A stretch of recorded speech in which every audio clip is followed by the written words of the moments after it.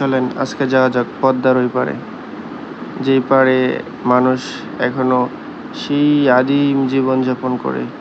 সেই জীবনযাপনের দৃশ্য কিছুটা দেখা যাক। তো যেতে যেতে রাস্তায় বাস থামলো। চিন্তা করলাম শেখ হাসিনা যাই করুক না করুক, সে মানুষের যাতায়াত ব্যবস্থাকে অনেক উন্নত করেছে, যার কারণে হচ্ছে আমরা খুব দ্রুতই পৌঁছে যাই। তারপর আমরা ওই 3 চাকার ভ্যানে করে যাচ্ছিলাম হচ্ছে আমাদের গন্তব্যে যেতে যেতে কিছু মনোরম দৃশ্য, যে এখানে নেভি এবং কোস্টগার্ডের ঘাঁটি ছিল। এটা ছিল মংলা বন্দরের এইদিকে। তো চাচা মনে হয় ছাদের সাথে কথা বলতেছিল, আমি রেকর্ড করে ফেলছি। আমি মূলত হচ্ছে ওই নারকেল গাছটাকে রেকর্ড করতেছিলাম। যাই হোক, তারপর আমরা হচ্ছে যাচ্ছিলাম ওই গুদারাতে করে।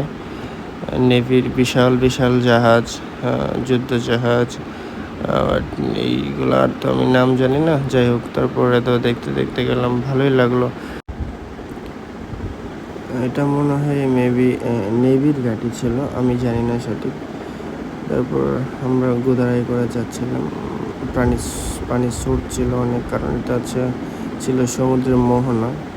তারপর আশেপাশের কিছু দৃশ্য ক্যাপচার করার চেষ্টা করেছি, যেগুলো আসলেই দেখতে খুবই মানে চোখ ধাঁধালো ছিল। মনে হচ্ছিল যে ফিল করতে পারতেছি দৃশ্যগুলা। আমরা একটা গ্রামে ঢুকি, কারণ হচ্ছে আমরা যাব হচ্ছে কৃষি জমিতে। যেটার জন্য যাব সেটা বলি, আমরা হচ্ছে তরমুজ কিনতে যাব। তো এখানে দেখলাম গ্রামে সেই আদিম ধানের গোলা, তারপরে গোবরের চটি, মাটির ঘর, মাটির মানুষ মিশে মানে মাটি মিশে একাকার হয়ে যাচ্ছে। দেখতে চোখগুলো আসলে মানে চোখগুলো ফেরানো যাচ্ছিল না। যেদিকে তাকাচ্ছি মনে হচ্ছে যেন অনেক নতুন নতুন কিছু দেখতেছি, যেগুলো হচ্ছে আমরা দাদি নানিদের মুখে গল্প শুনতাম, যে মাটির ঘর ছিল, ওই ছিল। আমরা আস্তে আস্তে তরমুজ খেতে যাই। আমরা তরমুজ দেখতেছি, আসলে হচ্ছে এইভাবেই মূলত তরমুজ কিনতে হয়। খেতে যাওয়ার পর তরমুজ দেখে দাম দর করে তারপর একটা একটা করে মানে জমি কিনে ফেলতে হয় আর কি। তারপরে হচ্ছে এগুলো উঠায় গাড়িতে ট্রাকে করে ঢাকায় নিয়ে আসা হয়। এভাবে হচ্ছে আপনাদের কাছে তরমুজ পৌঁছায় মূলত।